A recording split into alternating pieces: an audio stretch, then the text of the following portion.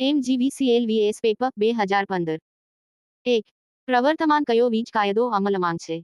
બી ગીલે 2003 2. રાજ્યનું load dispatch centre ક્યાં કાર્યરત છે? બી ગોત્રી વડોદરા 3. વિદ્યુત દબાણનો મૂળભૂત એકમ સી વોલ્ટેજ 4. HVDS નું પૂરું નામ લખો. D high voltage distribution system 5. પરંપરાગત ઉર્જા સ્ત્રોત નથી. D biogas 6. ટ્રાન્સફોર્મરની ક્ષમતા કેપેસિટી શેમાં મપાય છે? D kVA 7. સર્વિસ લાઇનમાં એક ઇન્સ્યુલેટર લગાવવાથી. ડી સર્વિસમાં લીકેજ કરંટ અટકાવવા. 8. નીચેનામાંથી કયો કડંકટર ડિસ્ટ્રીબ્યુશન લાઇન માટે વપરાય છે? બી રેબિટ 9. અકસ્માત થવાનું મુખ્ય કારણ કયું હોય છે? એ વધુ પડતો આત્મવિશ્વાસ. બી કામની જાણકારીનો અભાવ. સી નિષ્કાળજી. ડી ઉપરના ત્રણેય. 10. ELCB નો વીજ પ્રસ્થાપનમાં ઉપયોગથી. સી લીકેજ કરંટ સામે સુરક્ષા. 11. LT લાઇનનો ન્યુટ્રલ બળી થવાથી. સી વોલ્ટેજ વધી જાય છે. 12. વીજ દબાણ માપવા વોલ્ટમીટર. બી સમાંતરમાં જોડવામાં આવે છે. 13. ઇલેક્ટ્રિક શોક લાગે ત્યારે પ્રથમ શું કરવું જોઈએ? સી વીજ પ્રવાહ બંધ કરવો. 14. 11 કિલોવોલ્ટ લાઇનમાં ફોલ્ટ થવાથી. બી સર્કિટ બ્રેકર સ્ટ્રીપ થશે. 15. નીચેનામાંથી કયું ઉપકરણ ઉર્જાની બચત કરશે? C compact fluorescent lamp. 16. સબસ્ટેશનની બેટરીમાં કયો એસિડ વપરાય? બી હાઇડ્રોક્લોરિક એસિડ. 17. સામાન્ય રીતે વપરાતો ફેઝર સિક્વન્સ. એ RY બી. 18. વીજળી લેમ્પના ફિલામેન્ટના નીચેનામાંથી કઈ ધાતુનો વપરાશ થાય છે? C tungsten. 19.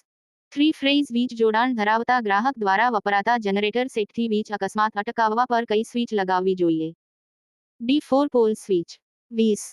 મધ્ય ગુજરાત વીજકા લી કઈ લાઇનનું નિયમિત રીતે મેન્ટેનન્સ કરે છે? એ 11 કે વી અને તેની નીચેના વીજદબાણની. 21. નીચેનામાંથી કયા પ્રકારનો ફોલ્ટ અર્થે ફોલ્ટ ગણી શકાય નહીં? બી કંડક્ટર તૂટવાથી. 22. પાણી એ વીજળીનું એ સુવાહક. 23. લગ્સને કેબલ સાથે ફિટ કરવા માટે વપરાતું સાધન. C કિમ્પિંગ tools. 24. પરિપથનો કુલ અવરોધ નીચેના કયા સૂત્રથી મળશે? બી R બરાબર 1 R1 વત્તા 1 R2 વત્તા 1 R3. 25. નીચેનામાંથી કયો વાયરના જોઈન્ટનો પ્રકાર નથી? D circular joint. 26. Transmitter tower લાઇનમાં અર્થ વાયરનું સ્થાન. એ ટાવરની ટોચ પર. 27. ગુજરાતમાં વીજ પ્રવહનની કામગીરી નીચેનામાંથી કઈ કંપની કરે છે? બી ગુજરાત એનર્જી ટ્રાન્સમિશન કંપની. 28. જનરેટરનું કાર્ય. સી મિકેનિકલ એનર્જીનું રૂપાંતર ઇલેક્ટ્રિકલ એનર્જીમાં કરવાનું. 29. નીચેનામાંથી કયો વીજળીનો બેસ્ટ સુવાહક પદાર્થ છે? એ રબર. બી પોર્સેલિન. C mica. ડી ઉપરમાંથી એકે નહીં. 30. 10 હોર્સ પાવરની એક મોટર દિવસમાં 4 કલાક ચાલે તો દિવસ દરમિયાન મીટરમાં યુનિટ નોંધાય છે. એ 25 કલાક. 31. 100 kVA ના ટ્રાન્સફોર્મરમાં HT સાઇડે સામાન્ય રીતે વાપરવામાં આવતા ડી ઓ યુઝના રેટિંગ હોય છે. એ લાઇટ એમિટિંગ ડાયોડ. 32.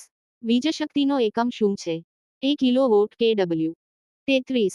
મેગરનો ઉપયોગ શું માપવા માટે થાય છે? સી ઇન્સ્યુલેશનનો અવરોધ. 34. અર્થ રેઝિસ્ટન્સ થી વધુ ન હોવો જોઈએ. એ 1 ઓહમ. 35. નીચેના પૈકી કયું સૂત્ર ખોટું છે? એ W બરાબર VXI. બી V બરાબર IXR. સી W બરાબર I2 ગુણ્યા R. ડી ઉપરમાંથી એકે નહીં. 36. લાઇનમાં અર્થિંગનું કાયા શું છે? સી કુદરતી વીજળીથી સાધનને બચાવે છે. 37. સોલ્ડર એ કઈ ધાતુનું મિશ્રણ છે? સી સીસુ અને કલાઈ. 38. સિંગલ ફેઝ લાઇનમાં ફ્યુઝ ક્યાં લગાવવામાં આવે છે? એ ફેઝ ઉપર. 39.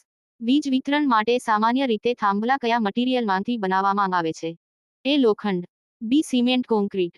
ડી એ અને બી. 40. સ્ટોરેજ બેટરી કયો વીજ પ્રવાહ આપે છે? એ ડી સી. 41. નીચેના પૈકી કઈ ધાતુ સૌથી વધુ સુવાહક છે? બી ચાંદી. 42 ઓહમના નિયમ મુજબ જો વોલ્ટેજ સરખા રહે અને અવરોધ વધે તો બી વીજ પ્રવાહ ઘટે. 43. 1 HP બરાબર વોલ્ટ. એ 746. 44. જ્યાં અર્થિંગની જરૂર ન હોય ત્યાં શોકેટ વપરાય. બી 2 પિન. 45. સ્ટપ ડાઉન ટ્રાન્સફોર્મરમાં એ પ્રાથમિક કોઇલના વોલ્ટેજ સેકન્ડરી કોઇલ કરતાં વધુ હોય. 46. પાવર ફેક્ટર સુધારવા શું વપરાશે? C capacitor. 47. વીજ લાઇન પર કામ કરતી વખતે એ આર્થિક કરેલું હોવું જોઈએ. બી લાઇન બંધ હોવી જોઈએ. સી સલામતીના સાધનો વાપરવા જોઈએ. ડી ઉપર પૈકી તમામ. 48. નીચે પૈકી કઈ સિસ્ટમમાં કંડક્ટરની સંખ્યા સૌથી વધુ હોય છે?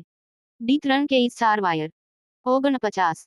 ગુજરાત સરકાર દ્વારા ગામડામાં ઘર વપરાશ માટે 24 કલાક વીજ પુરવઠો આપવાની યોજનાનું નામ શું છે? એ જ્યોતિગ્રામ. 50. ઇલેક્ટ્રિક મોટર ઇલેક્ટ્રિક શકિતનું કઈ શકિતમાં રૂપાંતર કરે છે? એ યાંત્રિક.